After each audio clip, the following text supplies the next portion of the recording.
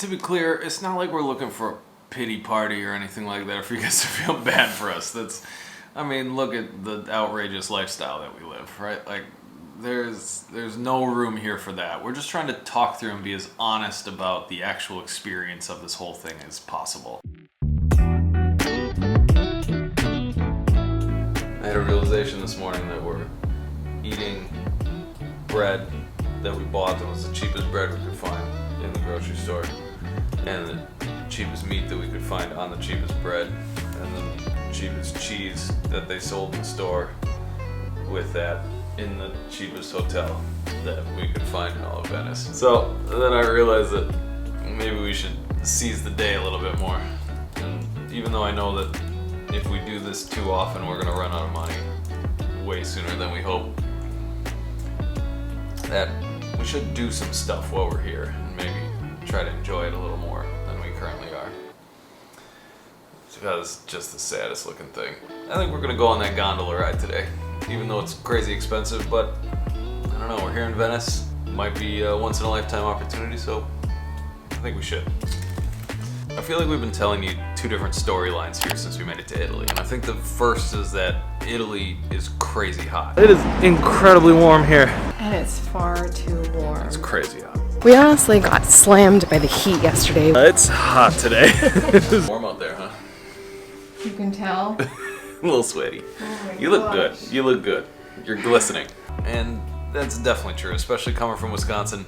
It's relatively uncomfortable every single day from basically the hours of 10 a.m. until about 5 p.m. Feels like we're in a jungle. Sounds like one too. I know you can't feel it through the camera, and so it probably doesn't matter to you at all, but it's just part of it as we're traveling around here. We're just trying to share as much of this experience as we possibly can. And I think the second thing is that Italy is crazy expensive. So we spent way too much money yesterday. We just kind of went all out, being all super excited that we got to Rome. We just walked all over the place. We got a fancy dinner last night. We got gelato. But that means that today we got to try to save a little bit of money. And this is somewhat true. It's crazy expensive for the budget that we have. We're trying to travel for a whole year on like $30,000 to $35,000. As a result of that, that's like $75 to $80 a day. I don't actually know if that's true. Hold on, let me do some math over here.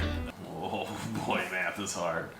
That's somewhere between $80 and $90 a day, which in Italy, it's dang near impossible to travel here for under $100 a day. So we're just, every single day, we're just losing ground on this budget. I know that we're traveling for a whole year and that we're eventually going to be making it to Southeast Asia, which will probably be a little bit cheaper.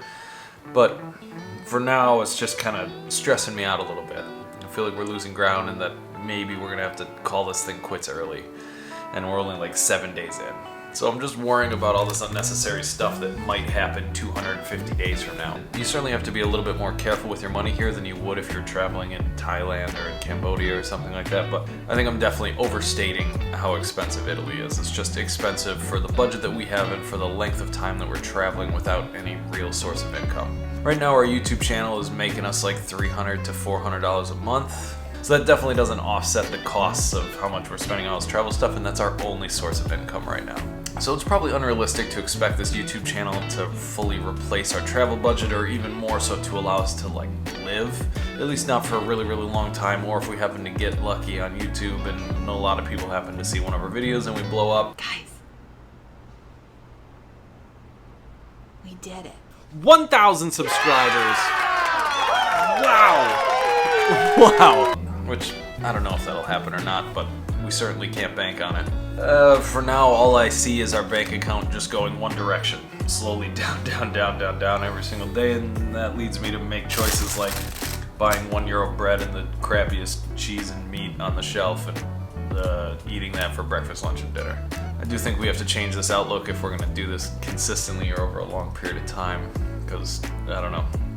Not that this is bad, it's just I feel like we I feel like... And I think a lot of this comes from my viewpoint from my past 3 around the world trips. So on my first around the world trip, I traveled for a whole year.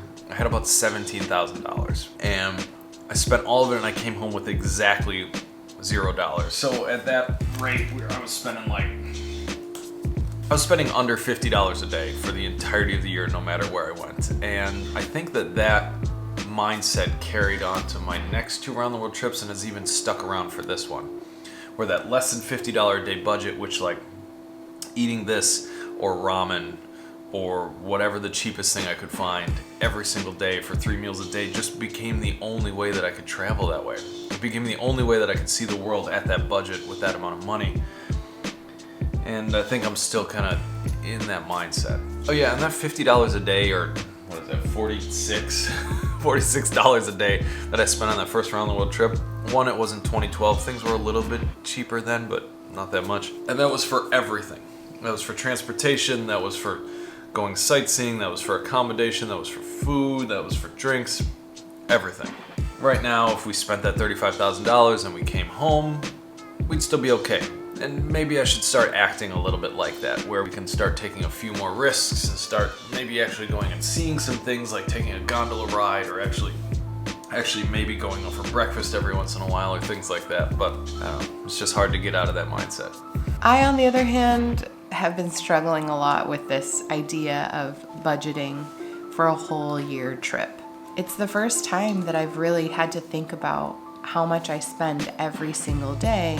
In my mind, we've saved up all of this money and we've allotted all of this money. 3 years ago, when Josh and I first came up with this idea, we each set aside a personal account that we called the Dream. And that's where we just socked away every month so that we could save money for this big round the world trip. We felt really lucky that we could save that money. And now that it's finally here, there's a part of me that feels like we should be seizing every opportunity. We should be experience everything. This is a once in a lifetime thing.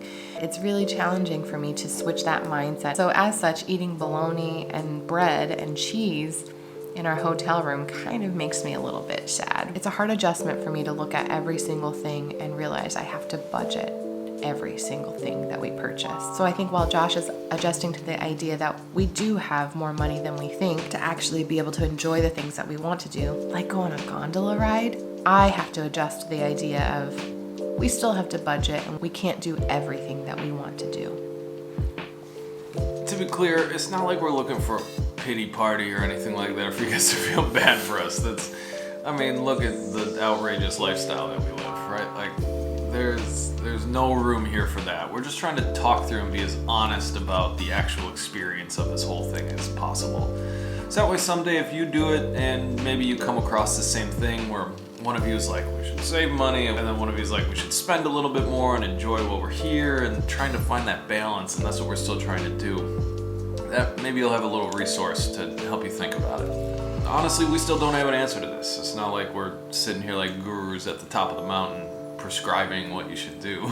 We're only on day 7. We're only on day 7. We still don't really know what we're doing, and we're still figuring it out. And we're still eating these weird sandwiches. 1 year, $30,000 to $35,000. We're not 100% sure on the budget yet because we still don't know exactly where we're going to go this whole time. But I think it's possible. I've just been stressed out about the amount of money that we've been spending since we've been in Italy, since we got here. I think Lisa's been a little bit better at taking it day by day. I don't know how to end this whole monologue, truthfully. Biologue, the dual log. If this is something that you guys have thought about on previous trips that you've been on, or any of you guys have any experience with this or any thoughts about just how we've been talking about this, throw it down in the comments below. We'd appreciate any thoughts. This is still something that we're working on and thinking through like right now. And I hope that being as honest as we are about our finances is helpful to some of you out there in understanding how much a trip like this costs and some of the sacrifices that you have to make in your personal life to make it happen, as well as the fact that it's just possible, that it's really truly possible for probably a lot more of you out there than you think. And on that note, we're going to balance our day out perfectly just by enjoying this meal and then going out for a nice expensive gondola ride. And if you guys out there have any more questions at all about the finances of this thing, or sort of how we got here to be able to leave our jobs for a year to then be able to travel for a year, just leave them in the comments below and we'll answer them in a future video. We're open to talk about any of it. I just don't want to keep throwing financial information at you if it's super not interesting.